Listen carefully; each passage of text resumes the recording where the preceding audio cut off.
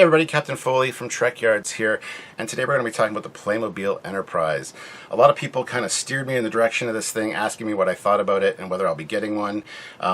So I checked it out on Playmobil.ca, which is on the site I'm on right now, and I'm going to read you the description of it, and then I'm going to talk a little bit about what I think about it and whether I think it's worth the cost.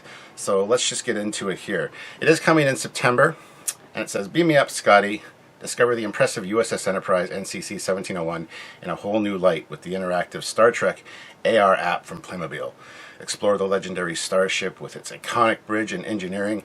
Interact with her famous crew featuring Captain Kirk, Spock, Uhura, McCoy, Scotty, Sulu, and Chekhov. Have fun recreating iconic scenes from the original series show, or set off on new adventures. With a removable roof, the entire bridge and crew are playable, equipped with lighting effects and original sounds and dialogue from the show. You too can join the adventure of the Enterprise's historic 5-year mission. It measures in at 100 centimeters long, 48 centimeters wide, and 34 centimeters high." Who doesn't know the legendary Starship Enterprise, Space, the Final Frontier? In the year 2200, Captain James T. Kirk and his crew embark on their mission to foreign galaxies. Not exactly true, but okay.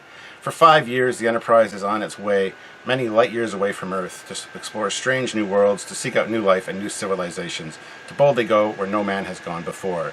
Now the legendary starship, USS Enterprise NCC 1701, is available in the Playmobil version as an exclusive collector's item. Of course, including the famous crew with Captain Kirk, Chekhov, Dr. McCoy, Scotty, Sulu, Uhura, and Spock in Starfleet uniform. The Playmobil Enterprise has a bridge with a rotating chair for Captain Kirk, workstations for all crew members, cell phone holder, and storage compartments for phasers, communicator, and other equipment. In the hull is the engineering room with 2 stand-up workstations. To activate the light and sound electronics, the dilithium core must be inserted into the container and placed in the engine room. Power can be supplied via batteries or USB connection. When switched on, Captain Kirk personally announces greetings. The buttons on the center console on the bridge can be used to control various light and sound effects, such as the warp drive, torpedo, or alarm sounds. The set includes Captain Kirk, Spock, Uhura, Dr. McCoy, Sulu, Scotty, Chekhov, and many more accessories, as well as a display cradle and a wire to suspend Enterprise from the ceiling. It does go on to say additional information here. Discover the special features of the USS Enterprise 1701 with original sounds and dialogue from the series, with display cradle for a cell phone to watch movies.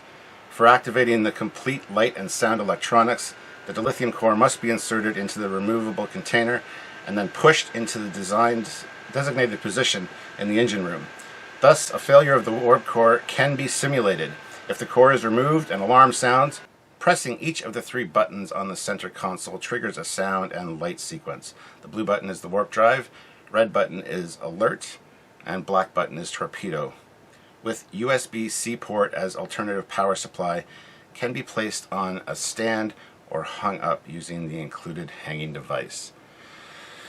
So guys, you got a lot going on there, and although it looks rather impressive, it definitely has that Playmobil look, which I'm not a huge fan of. I never really got into Playmobils as a kid, and this is something that, for the price, I don't think I will be getting.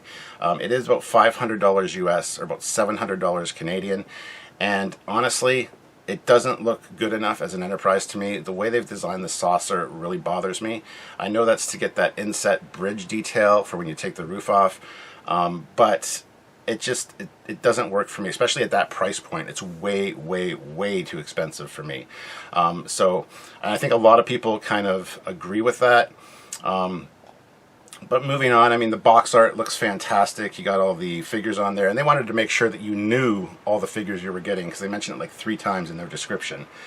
The bridge again looks great. I don't know how many things light up on this, or whether the image on the view screen can be changed. It is a Klingon D7. If you could change it to multiple things, that would add a lot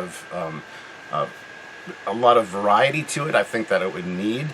So if you can change those out, that'd be great, but it doesn't look like you can. But other than that, I mean, it looks pretty great with everything going on.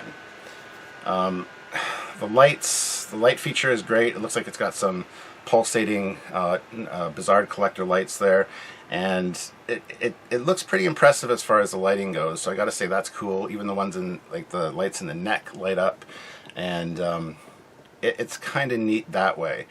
The charging port is in the looks like the starboard side, the right side of the ship. You can see it flip out there with the banner.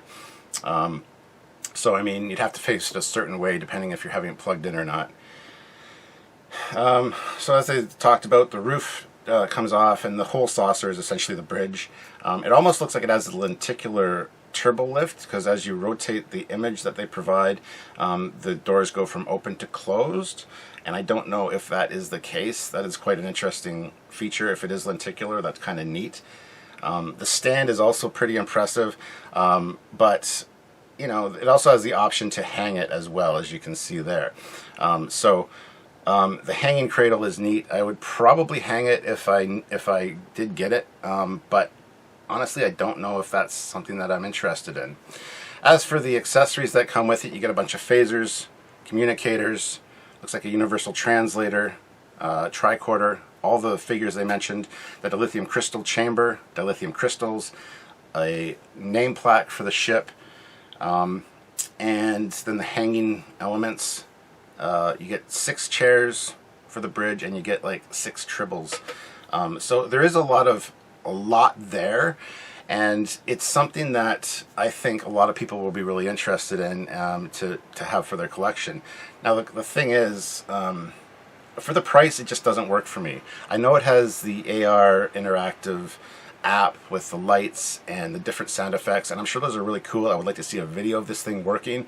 Unfortunately, there is no video or sample clips or anything like that I can find online, but it's just not quite there for me as far as something that I would be interested in getting, especially at that price point. There's a few problems with the nacelles, like the back of the nacelles. They have the color on the top, the darker color, but not on the bottom. And honestly, other than that, the design is pretty solid, pretty good. The only thing that I have a real issue with is the saucer section, as I said, the bottom of the saucer section, and the way it's created and shaped. It just doesn't feel like the TOS Enterprise, because they needed to do that inset of the bridge. Now it looks from the pictures like the figures will stand up in there no problem, even with the lid on. So you can store your figures inside there, which is an interesting thing. The secondary hull, the way it pops off, again, you got a great view of engineering with some lights above the one console. I love that there's that center part with the dilithium crystal chamber. I think that's really neat. But it's accurate enough as it can be. And I know it's just a play toy. I know it's just a thing for, you know, collectors and whatever. But at the same time, it's both those things, something for play and something for collectors. But as a collector, I don't want it. I wouldn't play with it. It's nothing that I'd want to invest $700 Canadian in. It's a little bit too pricey. I think at $300 that would still be pushing it, but it might be more appetizing to people. But I think the price point is just way too ridiculous for it.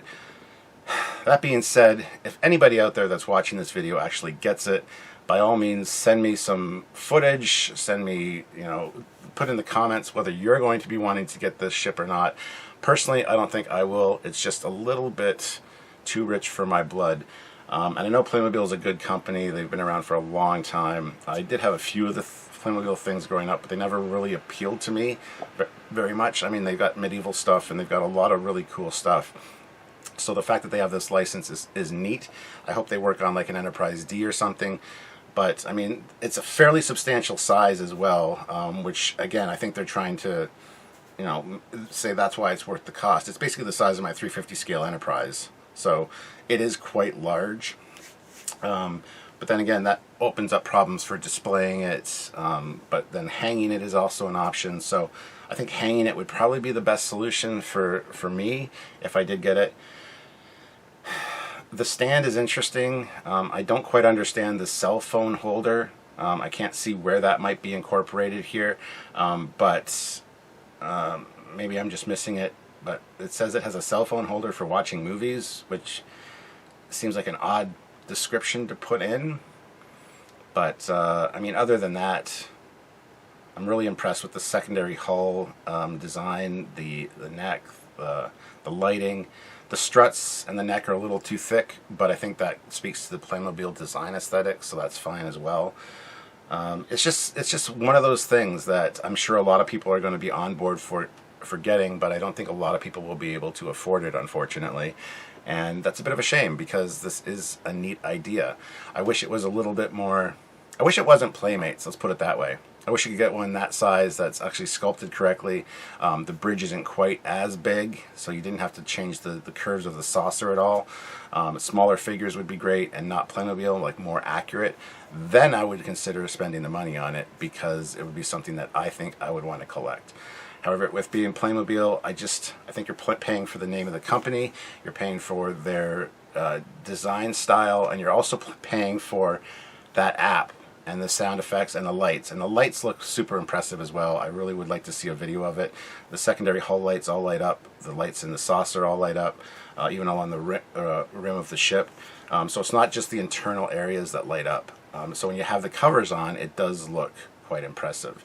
But that's the box art and the pictures we've seen. I'm not sure how that translates into how it would look in real life. So anyway, unfortunately, that's my thought on it. It's an absolute great thing. If you're going to get it, by all means, get it. I would love to see it. I hope you enjoy it if you do get it.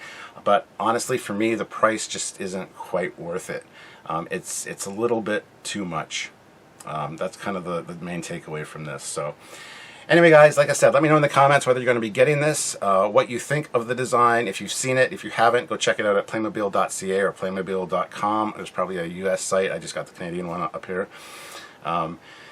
And let me know your thoughts. Put them in the comments down below. Make sure you like the video. Make sure you subscribe to the channel. And don't forget to click that bell notification icon to all. Also, subscribe to the channel, Trekyards, and the Captain Foley personal channel. And check out other videos by us as well. So until next time, I'm Captain Foley, signing off. Bye, guys.